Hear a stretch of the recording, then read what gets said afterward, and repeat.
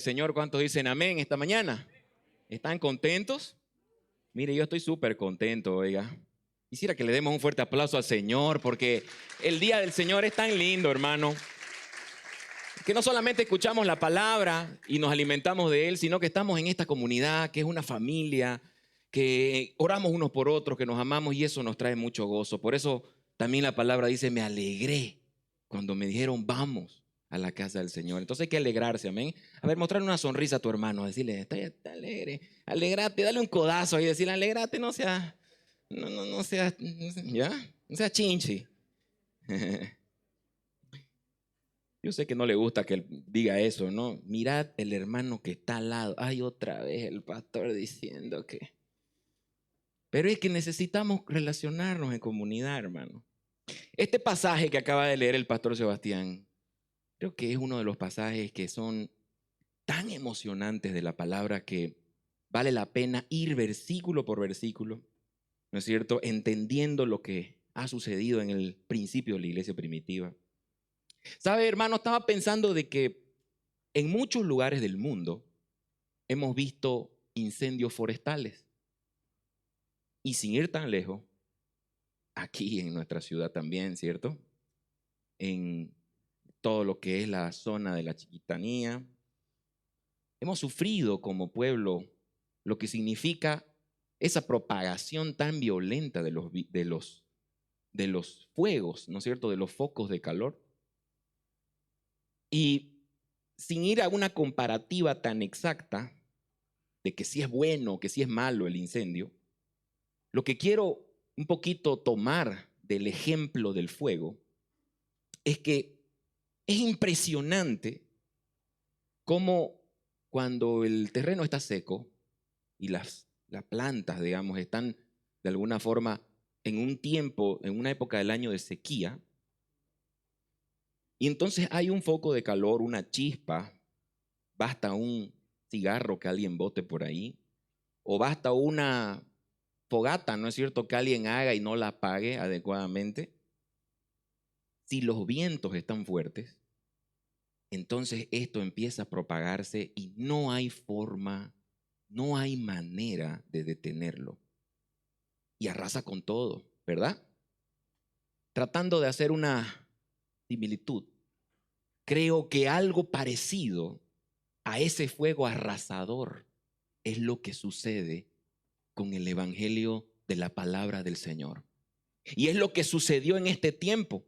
Alguien prendió la chispa, ¿no? Nuestro Señor Jesús prendió la chispa y de pronto fueron 3,000 y después 5,000 y después eran incontables y nadie podía detener el evangelio del Señor y la predicación.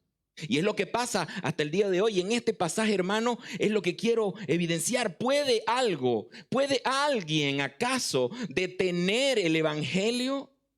Hoy veremos, hermano, que como Dios usa momentos difíciles, la persecución de la iglesia, pero también usa personas humildes y la dirección del Espíritu Santo en ellos para poder propagar y para poder difundir y expandir la palabra del Señor a todos. Escuche bien, a todos los que están esparcidos, a todos los que están confundidos, a la gente que es diferente a nosotros, a la gente que nosotros no conocemos, que no los entendemos. El Señor quiere que le prediquemos a todos, porque Él se va a presentar a aquellos que le buscan con sinceridad y con un corazón humilde. ¿Cuántos dicen amén? El capítulo 8, hermano, que acabamos de leer, es la continuación de un suceso terrible, de un suceso que golpeó la iglesia de una manera interesante, que es la muerte de Esteban. Estuvimos viéndolo el domingo pasado, ¿cierto? Y después de que Esteban murió, ¿no es cierto? Y que haya sido, primero que nada, fue elegido entre los 7 diáconos nuevos que habían sido escogidos para seguir predicando la palabra. Después de que esto sucede, hermano, ¿sabe? Esteban empezó a predicar, empezó a hacer señales, era un denuedo impresionante, una autoridad increíble la que él tenía, y fue interceptado no por la policía, no por el ejército romano, ¿sabe qué? Por los sumos sacerdotes, por los religiosos de la época. Y agarraron, y él, después de que les recitó el caminar del pueblo de Israel, ¿no es cierto? Mencionando a Abraham, mencionando a José, mencionando a Moisés. Les habló de todo lo que había pasado y fue contundente, fue evidente lo que de esa conversación se evidenció. ¿Sabe? Porque Esteban hizo ver a los sumos sacerdotes que ellos, por toda la historia del pueblo de Israel, habían rechazado la predicación de la palabra de Dios. Y entonces, hermano, mientras Esteban estaba siendo apedreado, él, dice la palabra, que vio la gloria de Dios y dijo que no le tomen en cuenta sus pecados. Fue tremendo. Sin duda, es importante que no perdamos de vista quién fue Esteban, quién fue también Saulo, ¿no es cierto? Pero hoy también quiero que hablemos de un personaje especial, Felipe, que es otro de los diáconos que también empezó a predicar por todos lados. Y el versículo 1 del capítulo 8, podemos ir a la siguiente, dice: yo ya me salté esto, no te dije nada. Vamos a la siguiente, otra más, por favor. ¿Sí? Estos son los 3 puntos que vamos a ver. A ver, una antes. ¿Tenemos una antes? Ok, ahí quedémonos un ratito. Y lo que vamos a ver hoy, hermano, es que dice el versículo 1, antes de que podamos entrar a los 3 puntos que vamos a ver hoy. Dice: Saulo estaba de completo acuerdo con ellos en su muerte. Saulo, que después vino a ser el apóstol Pablo, pero en este momento era Saulo de Tarso. El hombre que perseguía a la iglesia, el hombre que perseguía a los cristianos, el hombre que estaba en completo acuerdo. Otra versión de este versículo dice, no dice completo acuerdo, dice que se deleitaba en su muerte. ¿Sabe qué quiere decir eso? No era que él, por sanguinario, le encantaba ver la sangre no, sino que él estaba complacido con haber cumplido con el respeto a su Dios. Por supuesto, estaba engañado, porque él creía que los cristianos estaban haciendo mal, ¿no es cierto? Los sumos sacerdotes se rasgaban las vestiduras cuando Esteban hablaba, y era cabalmente porque estaban totalmente engañados. Y otra versión que escuché, ¿no es cierto?, cuando dice consentía en su muerte, hablaba de que él estaba totalmente de acuerdo en que se haga y en que se persiga, en que se encarcele. Y como que en estos otros versículos dice: Saulo persigue a la iglesia. Dice: en aquel día se desató una gran persecución de la iglesia en Jerusalén y todos fueron esparcidos a las regiones de Judea, Samaria, excepto los apóstoles. Fíjese lo que pasó con la iglesia en este tiempo. Primero vimos en los capítulos anteriores cómo el Señor anima a su pueblo, junta a su pueblo, le da el Espíritu Santo, le da la gran comisión, pero luego viene la persecución y son esparcidos. Solo los apóstoles se quedaron juntos, pero los demás fueron esparcidos. Y uno puede decir: se destruyó la iglesia. No, Señor, increíble. Pero mientras más fuego había, más viento había, más se esparcía ese fuego. Y los apóstoles y los discípulos y los diáconos estaban por todas partes esparcidos, pero ellos seguían predicando. Y podían tener miedo, pero iban gozosos y hablaban de la palabra. Y yo creo que no tenían miedo, ¿sabe? Era increíble. Lo que vemos después, siguiente, estos 3 puntos vamos a ver hoy. La persecución dispersa, pero Dios expande. El segundo punto que veremos es: el evangelio transforma y confronta. Y el tercero es: el avance del evangelio sigue la agenda del Espíritu y no la nuestra. En pocas palabras, hermano, nada puede parar el evangelio del Señor. ¿Cuántos dicen amén? Y yo estoy gozoso porque Remanente es uno de los instrumentos que Dios ha forjado para seguir difundiendo el evangelio del Señor. ¿Cuántos dicen amén? ¿Sabe? Aprovecho este momento para también saludar y para expresar, glorificar al Señor por la vida del pastor Daniel, que acaba de llegar de la misión. ¿Cuántos dicen amén? Dámosle un fuerte aplauso al Señor. Solamente el Señor para darle tanta valentía a ese varón de Dios. Y nos acompañan personas también importantes aquí. El hermano David Sánchez, misionero del SEAL, ¿no? Y que acompañó al pastor Daniel en la misión, está aquí también. Bien. Gracias, hermano. Póngase de pie, por favor, solamente para que lo conozcamos. Bienvenido. Muchas gracias. Y también nos acompaña Ray Riffin, que es colaborador directo de los proyectos de las 100 radios que está en el corazón aquí del pastor Daniel. Aquí está el hermano Ray, que antes ya ha venido a hablar con nosotros. Bienvenido, hermano. Bienvenido. Muchas gracias. Sus vidas nos impactan porque él ha estado más de 2 años como rehén en las FARC, ¿no es cierto? Y ahora con 82 años continúa con esa pasión de seguir predicando el evangelio. ¿Cuántos dicen amén? Vamos a darle otro fuerte aplauso al Señor, hermano. Punto 1, hermano. Vamos a la siguiente, por favor. La persecución dispersa, pero Dios expande. Mire, hermano amado, ¿sabe qué? Saulo persigue violentamente a la iglesia. Violentamente. ¿Sabe qué? Pero dice que los discípulos no huyeron. Y el plan de Dios, hermano, en Hechos 1:8, ¿se acuerda? Al principio dice, y recibiréis poder y me serán testigos en Jerusalén, en Judea, en Samaria y hasta los confines de la tierra. Mire lo que pasó acá. En esta primera parte, hermano, el Señor, a través de la persecución, esparce, ¿no es cierto? Se esparcen los discípulos y empiezan a irse. Ya estaban en Jerusalén, ahora se fueron a Samaria, a Judea y llegaron hasta los confines de la tierra. Entonces se empezó a cumplir de aquí la gran comisión, hermano. Notemos que hay una instrucción bien interesante de parte del Señor que le dice, y recibiréis poder cuando venga sobre ustedes el Espíritu y me serán testigos en Judea, en Samaria y hasta los confines de la tierra. Jerusalén, Judea, Samaria y los confines. Y no era una amenaza, ¿no? Y tampoco fue una simple orden. Él les estaba contando que esto sucedería. Entonces, si nosotros, hermanos, somos parte del instrumento del Señor, yo creo que tenemos que subirnos, hermano, al barco, ¿no es cierto?, del Señor y empezar a caminar, empezar a andar en ese propósito.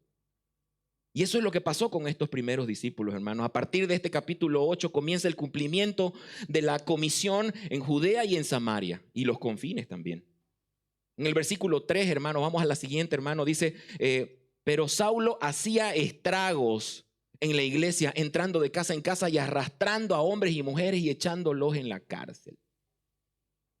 ¿Sabe qué? Yo busqué qué significaba esta palabra estragos. Esta palabra estragos, en su profundidad, digamos así, gramatical, quiere decir como si fuera una fiera. ¿Alguna vez usted vio una fiera salvaje con un pequeño animalito cuando lo sacude y lo zarandea así con violencia? El significado de esta palabra estragos es ese. Esto es lo que quería hacer. Digamos, Saulo era como un toro que estaba con sus ojos rojos, ¿no es cierto?, buscando a quién golpear, a qué cristiano golpear, ¿no? Pero increíblemente los creyentes fueron esparcidos, pero no dejaban de predicar.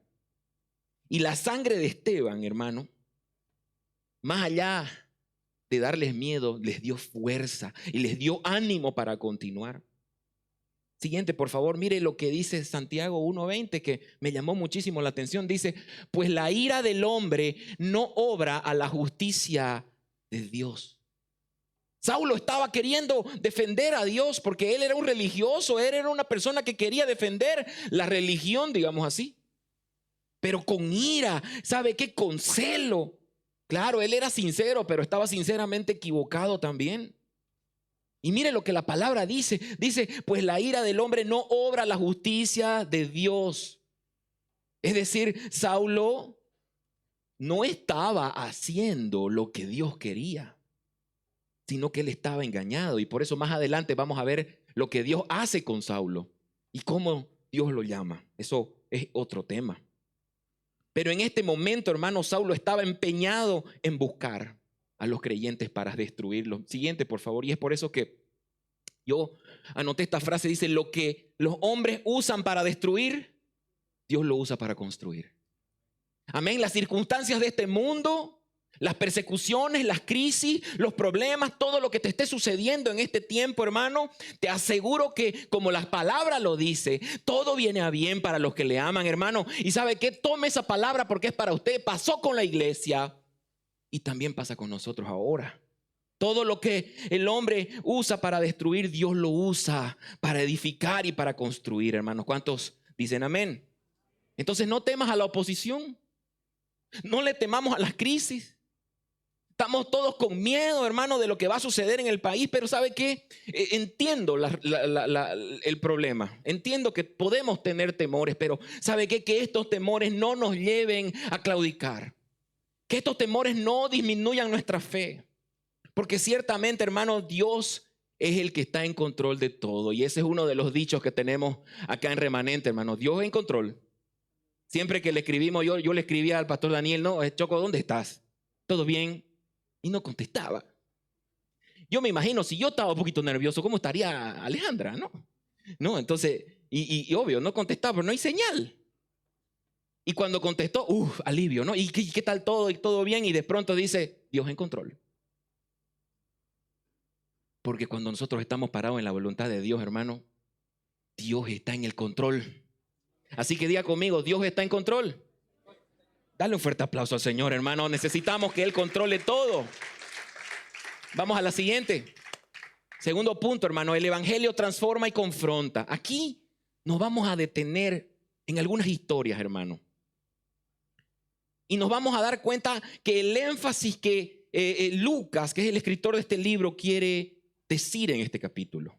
En este capítulo, Lucas está diciendo el evangelio es para todos y hay que predicarles a todos y hay que ir a todas partes. Y aquí comienza, hermano, la travesía de Felipe a Samaria. Y antes de contarles y leer lo que significaba, lo que dice la escritura acerca de esta parte de la historia, yo quiero decirle que para un judío, en primer lugar, Samaria era un lugar impuro y despreciable. Imagínese el lugar donde usted no quiere ir. Bueno, mucho peor que eso era para los judíos Samaria, porque los samaritanos eran considerados como mestizos espirituales. ¿Ya? O sea, ellos, digamos, se mezclaron, era una mezcla étnica, ¿no es cierto? Descendientes de judíos se habían mezclado con los pueblos del sur tras el exilio. Y además habían establecido su propio templo en el monte Gerizim, dice, y rechazaban algunas costumbres. O sea, tenían divergencias doctrinales. Los judíos decían que ellos eran impuros porque habían sido mezclados entre razas. Impresionantemente, el primer lugar donde quería el Señor que vayan después de Jerusalén era Samaria. ¿Será que el Señor nos manda donde no queremos? ¿Será que el Señor nos manda donde de alguna manera no nos agrada? Y lo mismo pasó, si usted se da cuenta, con el que se lo tragó el pez. ¿Se acuerda su nombre? Jonás. Vaya, tenés que ir a Nínive. No, Señor, yo no voy a ir allá. Y pum, se fue para el otro lado. ¿Se acuerda? No dice por qué Jonás no quería ir a Nínive. Pero hay algunos escritos históricos que se pretende de que probablemente familia de Jonás había muerto a raíz de las guerras con Nínive. Entonces había tal vez ira. No era un asunto racial netamente. Tal vez era ira en contra de ese pueblo y quería que el Señor le mande una bombita, ¿no? Señor, una lluvia de fuego, azufre. ¿Cuántas veces nosotros hemos dicho cosas similares, no? Cuando vemos por ahí algunos grupos, una bombita aquí, pum.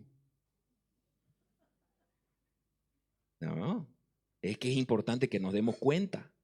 Siguiente, por favor. ¿Sabe? El hecho que el evangelio llegue allí, a Samaria, después de Jerusalén, muestra que el reino de Dios rompe todo prejuicio religioso, rompe todo prejuicio también cultural y todo prejuicio racial. ¿Cuántos dicen amén? Ahora, Mire lo que dice el versículo 4. Dice, así que los que habían sido esparcidos iban predicando la palabra y Felipe, descendiendo a la ciudad de Samaria, les predicó a Cristo. Importante decir lo que hacía Felipe, le predicó a Cristo. No predicaba de él, no dijo que él era un gran tipo, él le predicaba a Cristo. Amén. Siguiente.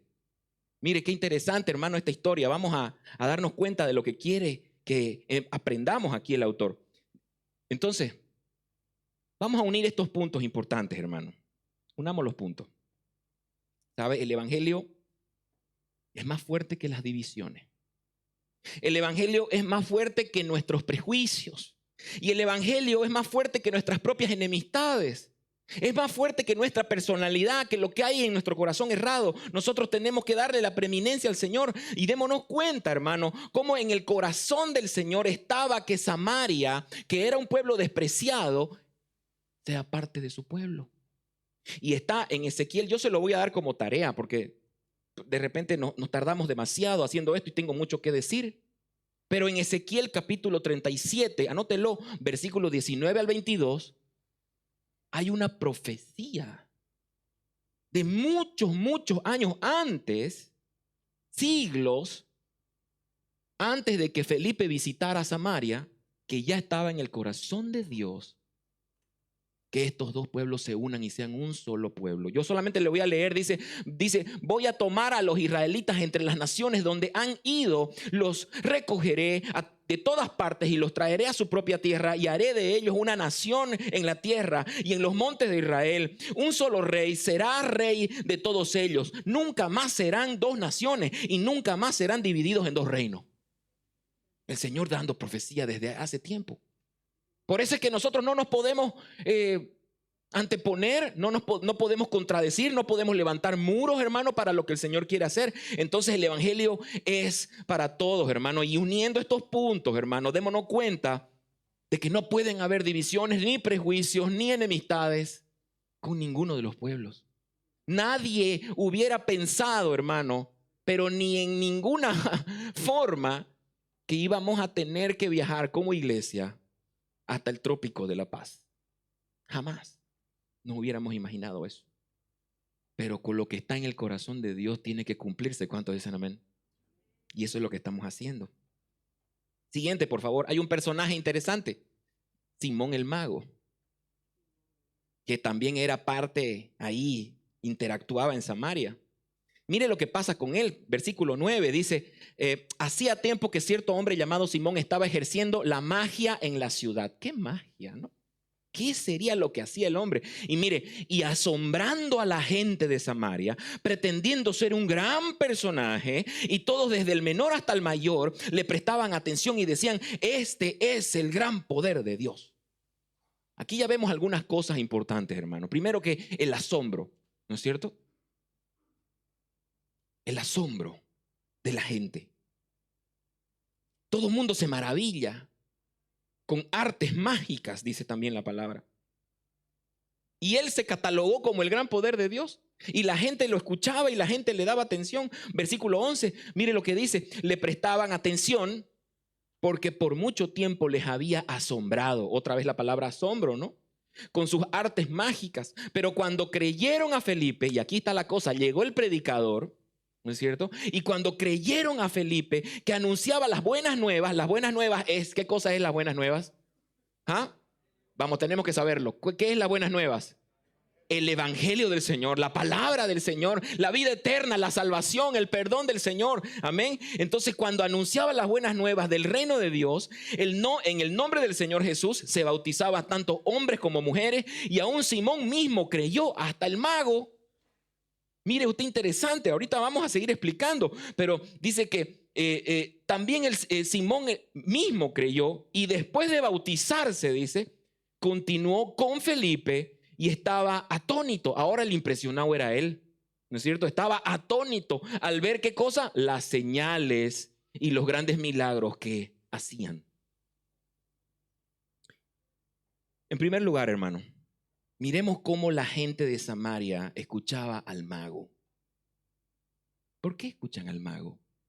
¿Alguna vez usted fue al mercado y de pronto vio usted un montón de gente ahí abollada, y cuando usted va y da curiosidad, pues no, ¿qué está pasando? ¿No? ¿Qué? Y uno espía y es el de los dados, ¿no? Y cartas, ¿no? Y la hoja de coca. Y el guanaco ahí, ¿no? Con cara de Dios. ¿Sabe por qué la gente se aglomera a ver lo que está pasando ahí? Y le voy a dar otro ejemplo más antes de decirle. Pare de sufrir.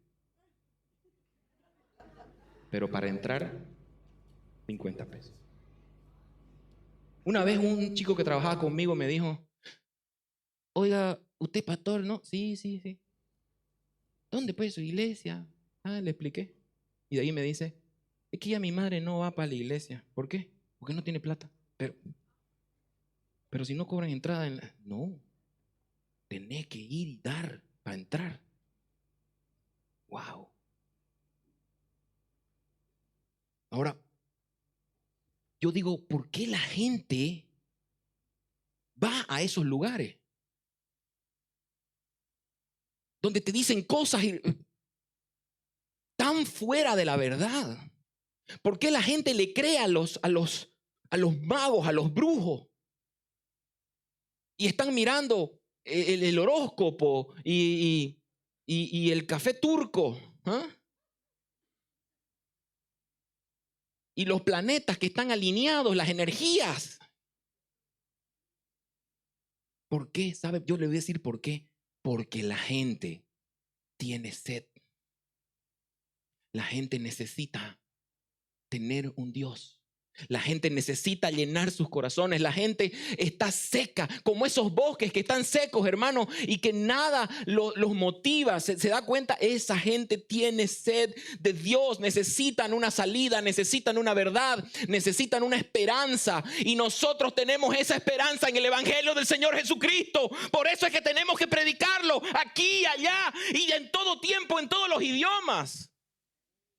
Eso es lo que está pasando, hermano. Y es por eso que la gente de Samaria escuchaban a este hombre que hacía magia, artes mágicas, que él se catalogaba como el gran poder de Dios. Porque la gente necesita, ¿sabe? La gente necesita escuchar. Pero, por supuesto, este hombre, Simón, no caía en cuenta que los milagros de Felipe, claro, cuando vino Felipe predicó y había un mover espiritual. El hombre hablaba de la palabra del Señor y la gente abría sus ojos espirituales y se daba cuenta que el camino era por ahí, según la predicación de Felipe. Entonces este hombre se dio cuenta de esta predicación y dice la palabra que creyó. Aún Felipe creyó, aún Simón el mago creyó. Y es que el evangelio es para todos. ¿Cuántos dicen amén? Pero nos vamos a dar cuenta más adelante, hermano, que Simón no entendió los milagros. Porque la palabra dice, estas señales me seguirán, le seguirán. O sea, los milagros, la expulsión de los demonios, las sanidades, todo aquello que sucede, hermano, cuando nosotros predicamos la palabra del Señor, ¿sabe qué? Son señales. Diga conmigo, señales. Señales. Y las señales, ¿qué son señales? Son como flechas, ¿no es cierto? Una señal es la representación de algo que pasa más grande. No es, el milagro no es el fin en sí mismo. El milagro es una señal del poder de Dios, ¿no es cierto? De que la verdad de Dios está ahí. Y por supuesto, no nos olvidemos que también el enemigo puede hacer algunos milagritos por ahí. Y a veces también con eso nos confunden. Porque la gente está buscando el milagro. La gente está necesitando que le digan algo, que les dé esperanza, que les dé alivio a sus corazones porque no conocen el evangelio verdadero del Señor. Pero los milagros apuntan a la gloria de Dios, hermano. Los milagros no son el fin del mensaje de evangelización en sí misma, hermano. A menos, ¿sabe qué? Y menos todavía los milagros y las cosas que el Señor y el Espíritu Santo hace a través de algún siervo de Dios, menos son como virtudes de algunos ungidos de Dios, privilegiados, que tienen el don Hermano, la palabra del Señor dice que Él nos puede capacitar a todos para hacer y para predicar, y que su mensaje es el que transforma. ¿Y sabe qué? Y el milagro más grande, incluso que una sanidad, es de la salvación y la transformación de un corazón. ¿Cuánto dicen amén? Siguiente. Ahí está. No, ahí nomás. Esa, está bien, 13. Y aún Simón mismo creyó, ¿no es cierto? Y estaba atónito. Mire lo que pasó con Simón. Él estaba impresionado. Y él estaba impresionado por el milagro. Siguiente. Entonces miraba las señales, viendo los milagros, pero no escuchaba el mensaje. No escuchó el mensaje del Señor. No escuchó el mensaje de salvación. Él miraba los milagros y estaba atónito. Dígame si no es eso lo que pasa ahora. Estamos alucinando con los milagros, con las cosas que queremos que pasen. Que el Señor me prospere. Uy, yo quiero ser rico. ¿No? Y voy a ir a pactar esa palabra para mí. ¿Sabe, hermano? No escuchaba el mensaje. Y antes que me apedreen como Esteban, le voy a decir algo. Creer no salva. ¿Qué está diciendo el pastor? Herejía. Es que la palabra dice también que los demonios creen y tiemblan. Es que solo creer no cambia a nadie, no salva a nadie. La palabra del Señor dice que nosotros creamos como dice la Escritura. Que nosotros creamos en Cristo como dice la Escritura. ¿Se acuerda de Nicodemo? Nicodemo vino de noche, se presentó así con capuchita, era del Sanedrín, era de los capos de los sacerdotes, ¿no es cierto? Y viene de noche y le dice: Señor, nosotros sabemos que tú eres de Dios. En secreto. O sea, creyó en Jesús. Nosotros sabemos. ¿Y qué le dijo Jesús? ¿Se acuerda? No es suficiente. Tenés que nacer de nuevo.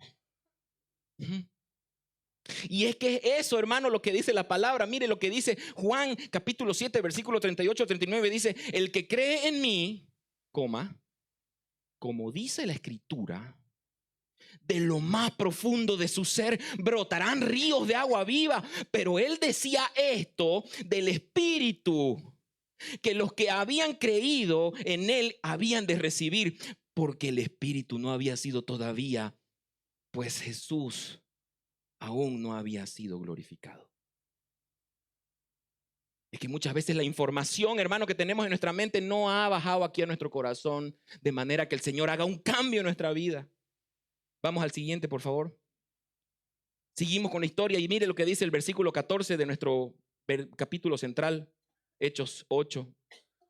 Cuando los apóstoles que estaban en Jerusalén oyeron que Samaria había recibido la palabra de Dios, les enviaron a Pedro y Juan, quienes descendieron y oraron por ellos para que recibiesen el Espíritu Santo, porque todavía no había descendido el Espíritu Santo sobre ninguno de ellos, solo habían sido bautizados en el nombre del Señor Jesús. Entonces Pedro y Juan les imponían las manos y recibían el Espíritu Santo.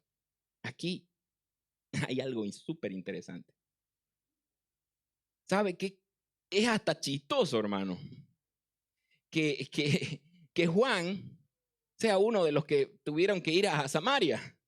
¿Sabe por qué? Porque en otra oportunidad habían intentado pasar por Samaria, Jesús y sus discípulos, y en uno de los caminos de Samaria no le permitieron pasar. Y entonces Juan y Jacobo, que eran hermanos, vinieron y le dijeron al Señor: Señor, ¿querés que mandemos caer fuego del cielo y que los reviente a todos estos samaritanos? No, así literalmente. Y es por eso que lo apodaron los hijos del trueno. Es verdad. Y qué cosa interesante que ahora tenga que ser Juan el que venga a imponer las manos para que caiga sobre ellos el Espíritu Santo. Amén. Esto es la muestra de que el Señor cambia nuestras ideas y cambia nuestros corazones en cuanto a quién le vamos a predicar. Amén, hermano. Eso es lo que tenemos que ver. Me da mucho chiste. Vamos a la siguiente. Mire, ahí está. Lo que el hombre divide en su pecado, Dios lo restaura con su gracia. ¿Qué tal? Nuestro corazón puede estar distraído, confundido, fuera de la voluntad de Dios, pero es la gracia del Señor nos vuelve a la restauración. ¿Sabe? Continuamos hablando de Simón el mago.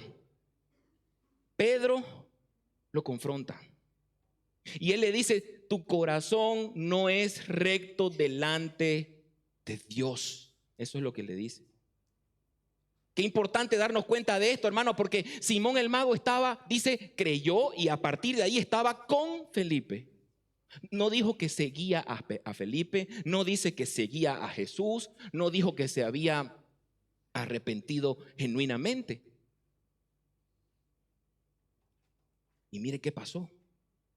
Primera cosa, nos dimos cuenta que Simón no entendía los milagros, que los milagros él los veía como posibilidades para negocio. Tal cual, hermano, él estaba pensando en eso, por eso ofreció plata. Y por eso fue que Pedro le dijo: que perezca vos y tu plata. No se arrepintió genuinamente. Esa fe que él hizo profesión de fe, que se bautizó, no era genuina, hermano. Él quería seguir con la preeminencia que tenía en el pueblo, quería seguir siendo el personaje, porque dice la escritura, se dio cuenta que él pretendía ser un gran personaje. Vamos a la siguiente. Dice, ahí está. 22 dice: por lo tanto, arrepiéntete de esta tu maldad, le dice, y ruega al Señor que si es posible, se te perdone el intento de tu corazón. Porque veo que estás en hiel de amargura y cadena de iniquidad. Pero Simón respondió: rueguen ustedes al Señor por mí, para que no se me sobrevenga nada de lo que han dicho. ¿Qué le parece esa respuesta de Simón? Algunos dicen: oye, qué humilde. No, yo creo más bien al revés. Yo creo que ya su corazón estaba separado de ellos y le decían: no, ustedes pues rueguen por mí. Ustedes que son tan misericordiosos con el pueblo, rueguen por mí también para que no me pase eso. Había soberbia en su corazón también. Pero yo busqué qué quiere decir esto, hermano. Mira la siguiente: hiel de amargura. ¿Qué quiere decir hiel de amargura? ¿Sabe? Es una sustancia amarga venenosa asociada simbólicamente con la maldad, la envidia, los celos y el resentimiento. ¿Se da cuenta? Hiel de amargura. Y muchos siervos de Dios están con hiel de amargura cuando ven a otros actuar en el reino de Dios. Esta frase probablemente alude a Deuteronomio 29:18, que habla de la raíz, ¿no es cierto?, que produzca hiel de ajenjo, como símbolo de apostatar del Señor y rebelarse contra Él. Entonces nos damos cuenta aquí profundamente qué era lo que pasaba con Simón. Él quería el don del Espíritu Santo para hacer cosas que no tienen nada que ver con la obra de Dios, para vanagloriarse él mismo. Gracias. En este contexto, hermano, Pedro ve que el corazón de Simón está contaminado de amargura interna. Y posiblemente era frustración, posiblemente eran celos, posiblemente vio que la atención de todo el pueblo se volcó hacia Felipe y su predicación, y él se quedó sin audiencia y no le gustó. Cadena de iniquidad. Vamos a ver el otro. Lo menciono porque creo que es importante. Dice literalmente, hermano, significa estar atado o encadenado por el pecado. Simón aparentaba estar libre porque se había bautizado, pero Pedro revela que su alma aún está esclavizada al pecado, dominado por intenciones corruptas. Y aquí, hermano, es donde quiero que usted se dé cuenta. Cuando nosotros escudriñamos la palabra y los significados, mire lo que pasa. Esta palabra griega, sudesmos adikias, ¿sabe qué? Que significa un vínculo o atadura legal o espiritual. Estas magias que hacía este hombre, yo creo que tiene que ver con esto. Ataduras legales, espirituales. Era un brujo. Este tenía pacto con el diablo, hermano. ¿Te das cuenta? Entonces no lo vemos tan explícitamente en la palabra. así a primera vista, pero si entramos más adentro, nos damos cuenta que cadena de iniquidad, ¿no es cierto? Y las palabras del significado griego nos van llevando hacia la verdad. Vamos a la siguiente. ¿Sabe qué? Puedo ver que tu corazón está lleno de veneno amargo. Si lo traducimos, digamos, con palabras más sencillas, lo que el apóstol Pedro le dijo a Simón es: puedo ver que tu corazón está lleno de veneno amargo, de rebeldía interior y que sigues siendo prisionero de tus malos deseos. Siguiente. Ahí nomás, perdón, me había puesto junto. El evangelio transforma, hermano, los corazones verdaderamente arrepentidos.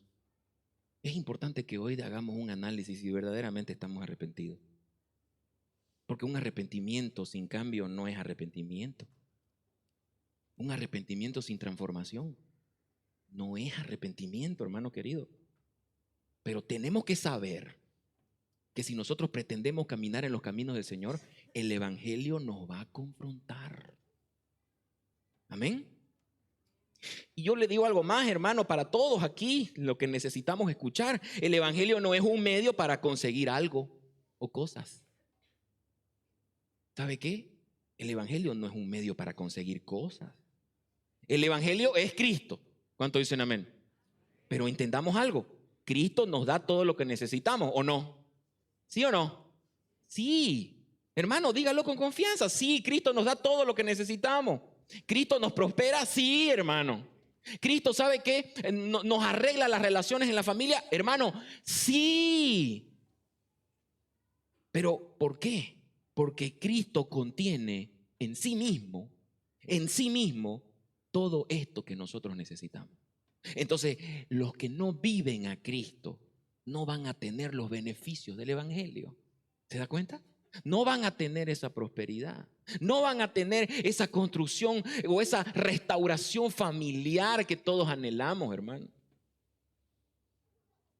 Entonces, hermano querido, el evangelio es contundente, confronta a la luz de la palabra. ¿Y sabe qué? La acción del Espíritu Santo evidencia lo que hay en nuestro corazón. Siempre el Señor va a sacar lo que hay en tu corazón, hermano. Pero el evangelio no discrimina. Eso es lo que quiero que también veamos aquí. El Señor, ¿sabe qué? Propició que la predicación sea para todos. Por eso fue a Samaria. En Samaria muchas personas aceptaron a Cristo, recibieron con gozo. Y también fue a este hombre que era un falso profeta, como diríamos aquí. Era un mago, era un brujo. También tuvo la oportunidad de escuchar y de creer y de arrepentirse. Pero adivine qué: cuando prediquemos, no todos van a creer. Así que usted no se afane porque la gente no cree, porque la fe viene por el oír y el oír por la palabra del Señor. Pero es el Espíritu el que nos convence de pecado, de justicia y de juicio. No somos nosotros. Solamente tenemos que preocuparnos de algo. Tenemos que preocuparnos de nuestra santificación, de estar cargados con la presencia del Señor de tal manera, hermano, que nuestra predicación sea guiada por Él con autoridad y con denuedo. Y lo demás es parte del Señor. Por eso no tenemos que dejar de predicar. Amén, hermano. Porque el evangelio nada lo para, hermano. Nada lo puede parar. Vamos al último punto, hermano, y terminamos. Último punto, dice: el avance del evangelio sigue la agenda del Espíritu y no la nuestra. El versículo 26, hermano, de nuestro pasaje central dice que un ángel del Señor le dijo a Felipe: levántate y ve hacia el sur, al camino que desciende de Jerusalén a Gaza. Y Lucas escribe esto, mire: y este es un camino desierto. O sea, quería que todos se den cuenta de lo que significaba ir por ahí. ¿Sabe qué? El Espíritu guía sobrenaturalmente a Felipe, hermano. Es que imagínense, era tan fuerte el poder del Espíritu Santo en ese tiempo, hermano. Y sobre todo los siervos del Señor, los discípulos, los diáconos, estaban tan atentos a la voz del Señor, a la guía del Señor, que Él podía hablarlos y ellos obedecían. Él podía decirle: anda para allá, y ellos iban. Hermano, yo quiero decirte algo. Yo creo que el Señor sigue haciendo esas cosas ahora. ¿Cuántos dicen amén? ¿Alguna vez has tenido revelaciones del Espíritu Santo? ¿Sí? Yo le digo con mucha humildad, hermano, a mí me ha pasado cuando el Señor me dice, no, cambia de actitud, decí esto, anda para allá, no hagas esto, es tiempo de callarte. Me ha pasado. Ahora, hay personas que quieren ¿cuántos quieren que el Señor les hable? Amén. Así, audible, ¿no? ¿Cuántos quieren? Amén o no amén. Ya, pero ¿le va a hacer caso? ¿Para qué querés que te hable si no le va a hacer caso? Pequeño detallito. No, porque esa es la cosa, que si el Señor nos va a hablar, hermano, es porque nosotros estamos totalmente rendidos a su voluntad. Y lo que estoy diciendo no es nada fácil para nadie, no es fácil. Pero cuando el Señor te quiere hablar, es porque te quiere usar. Y cuando te quiere usar, hermano, tenelo por seguro que vas a estar caminando en la voluntad de Dios y todo lo que hagas va a prosperar. Increíble, ¿no? Ningún judío iba por el camino de Gaza. ¿Sabe qué? Busqué aquí qué es Gaza. Gaza, en este momento, desde el 2007, ha sido tomado, es la franja de Gaza, le dicen, hasta ahora se llama así. Son como 365 metros cuadrados que son frontera con África y Egipto y está tomado por el grupo de los Hamas, de los islámicos. Hasta ahora es una zona peligrosísima. En este tiempo era una zona de mucho comercio, pero era desértico. No, los judíos no querían ir por ahí. Y mire lo que pasa. Dice, levántate y ve al sur, al camino desierto de Gaza. No le dio más información. Y entonces el hombre agarra, este Felipe agarra y se levanta y se va directamente, hermano. ¿Sabe? Es interesante, pero el Señor, cuando te manda a hacer algo, es por algo. Cuando el Señor te manda a hacer algo es porque Él tiene un propósito y el Señor no tiene por qué darte explicaciones. ¿Ya? Dígale a su hermano, oh, hace caso nomás. ¿No? Cuando usted siente que a su suegra, que ya se trenzó a puñete con ella una vez, tiene que ir a decirle, Dios te ama, suegrita, vení, quiero darle un abrazo, siento decirle que el Señor es, ¿no? Ay, caramba, no, siento, no. Cuando el Señor le mande a eso, hágalo, porque el Señor les tiene un propósito.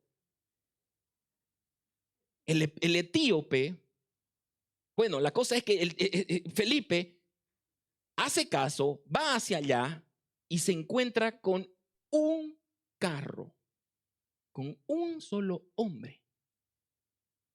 Vamos a la siguiente, el etíope. Cuando Felipe se acercó corriendo, porque esta fue otra orden que le dio a él, anda a hablarle a él. Cuando Felipe se acercó corriendo, mire la actitud, corriendo, vamos, hagámoslo rápido lo que el Señor manda, ¿no es cierto? Lo oyó leer al profeta Isaías. ¿Sabe qué? Esto no era, que lo haya oído leer, no era extraño, porque en estos tiempos nadie leía en voz baja. Todo mundo que leía, leía en voz alta. Entonces no es extraño que se haya escuchado. Y le preguntó, ¿entiende usted lo que lee? Y el eunuco le respondió, ¿cómo podré a menos que alguien me guíe? E invitó a Felipe a que se subiera y se sentara con él. Ahora, ¿quién era el etíope? Bueno, el etíope no era cualquier persona, era el tesorero de un rey. ¿Qué tal? Y había venido a adorar, o sea, el tipo tenía hambre y sed de Dios, tenía curiosidad por lo que estaba sucediendo con el judaísmo. Y cuando Felipe se acercó, hermano, dice la palabra que le predicó. Quiero decirte algo con respecto a esto. Dios movió cielo y tierra para que Felipe llegue con este hombre, con uno solo. Y es lo mismo que hizo con vos, hermano. Dios movió cielo y tierra para que conozcas al Señor también. Así que si estás aquí y vos pensás que fue porque alguien te invitó, porque conociste a alguien, porque viste una invitación en internet, porque alguien te dijo que tenías que venir aquí a la iglesia, no, hermano, es el Señor moviendo todas las piezas, es el Señor haciendo su obra maravillosa, redentora, pero a la vez soberana, hermano, para que todos los que tienen que oír y sumarse a la lista del ejército de Dios, hermano, lleguen. Y no dejemos de predicar, hermano, porque el evangelio nada lo para, hermano. Por supuesto, si nosotros no queremos ir, otro va a ir. Pero si el Señor te está hablando para que vas, para que hables, para que hagas, para que des, para que contribuyas, para que hagas cualquier cosa dentro de su reino, entonces hacelo. Amén, hermano.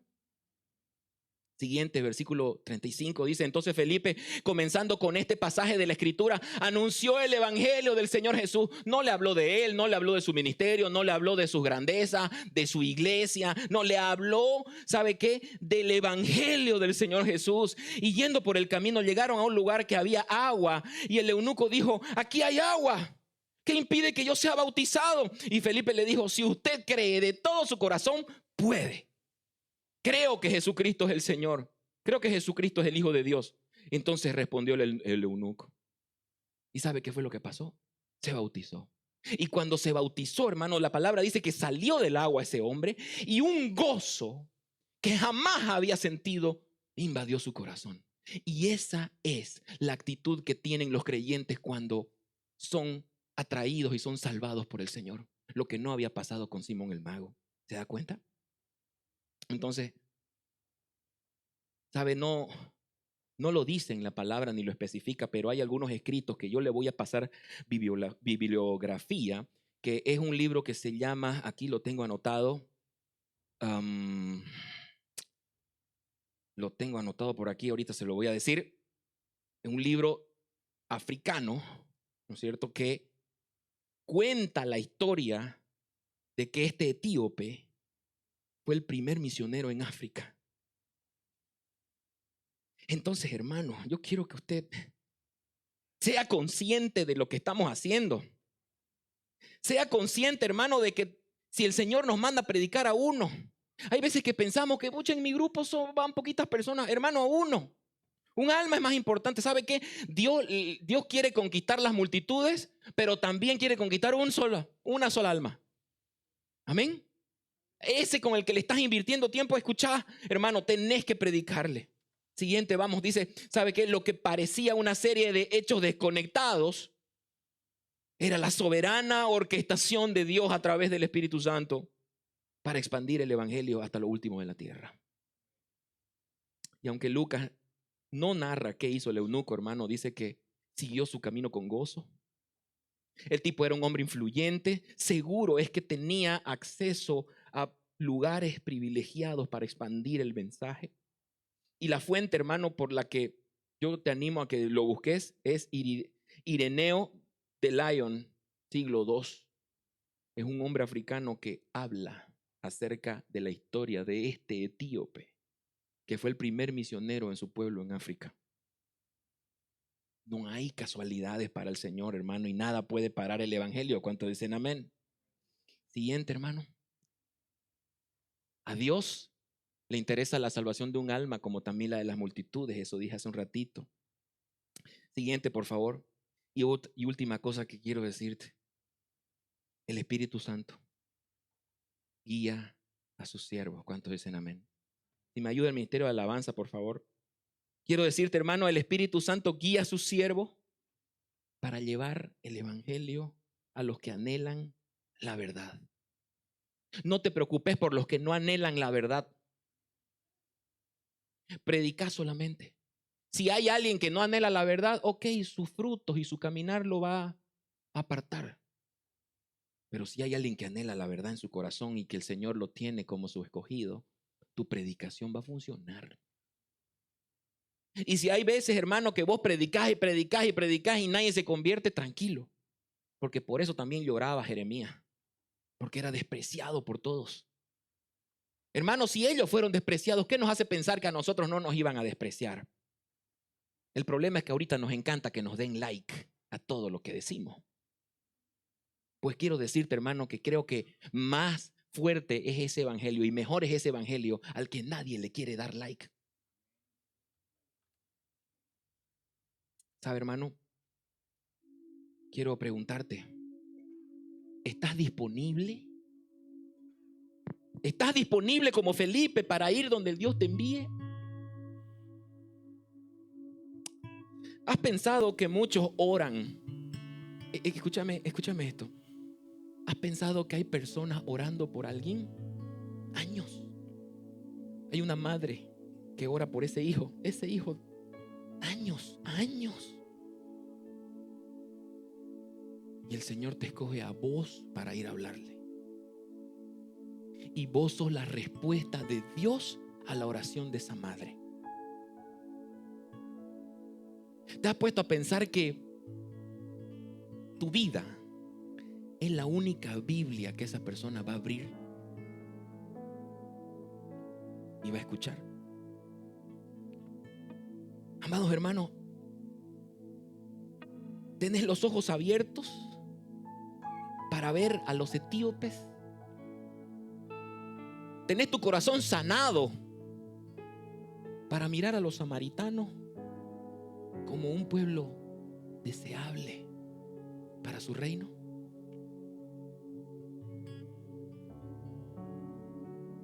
Este capítulo nos muestra que el evangelio no tiene fronteras, que el evangelio no tiene etnias, no tiene edades. Y muchas veces, hermano, vamos a necesitar de la persecución. O más vale que nos activemos nosotros. Más vale que nosotros trabajemos a tiempo y fuera de tiempo para que la iglesia crezca. Pero qué increíble, hermano, si hace un poquito de frío y la gente ya no viene. Llueve un poquito y la gente no quiere venir. Mientras que hay una sed tan potente, tan grande por la palabra del Señor, hermano, que la gente puede mirar y puede seguir a cualquier sátrapa, viejo. Y nosotros tenemos la verdad en nuestras manos, pero no se la compartimos a nadie. Qué triste. ¿Sabe qué, hermano? El Señor usa siervos dispuestos, no los más talentosos. Porque ya intenté hacer equipos con gente extremadamente talentosa y logré en ocasiones hacer grupos de grandes profesionales, capos. Eran unos CEOs, viejo, en esas reuniones de la iglesia. No sirve, porque Dios escoge a lo vil del mundo para impresionar a los demás. Usa su espíritu el Señor para alcanzar a los que parecen fuera de alcance. Y una cosa más, Jesús es el mensaje central. Olvídate de los demás. Olvídate de ¿sabes qué? De procurar las profecías y los milagros. Las profecías y los milagros van a venir, pero el mensaje central es Cristo. Cristo, Él es el Cordero. Él era lo que estaba leyendo el etíope. Él leía a Jesús que Él estaba siendo matado, trasquilado, como una oveja al matadero, decía, ¿no? Porque ese es el mensaje que transforma. Hay muchos mensajes, hermano, pero este es el mensaje que transforma. Hay mensajes emotivos que no hacen llorar, pero este es el mensaje que transforma. Pero me gusta cómo lo cuenta la historia y el testimonio de que Cristo. Volvamos a Cristo, hermano. Y el que no quiere saber de Cristo no es tu problema, pero tu problema y tu obligación y tu deber y nuestro deber es predicar a Cristo a tiempo y fuera de tiempo, a todo el mundo, a los religiosos, a los confundidos, a los hombres, a las mujeres, a los diferentes, a las etnias, a las tribus, a las naciones. ¿Quién sos en esta historia? ¿Sos Felipe? ¿O podés ser como Simón? ¿O sos el etíope que necesitas que alguien te explique? Que no entiendo nada. ¿O sos un samaritano despreciado? Oremos, hermano. Pidámosle al Señor que use nuestras vidas para propagar el evangelio. ¿Cuántos dicen amén? Gracias, Señor Jesús. Bendice a mis hermanos, bendíceme a mí, bendice nuestra casa espiritual. Y que tu palabra reine en nuestros corazones para siempre, Señor. Gracias, Padre, por tu amor y tu misericordia. Hermano amado, ponte delante del Señor mientras cantamos, solo un minuto. Y dile al Señor: Padre, te necesitamos más. Te necesitamos más.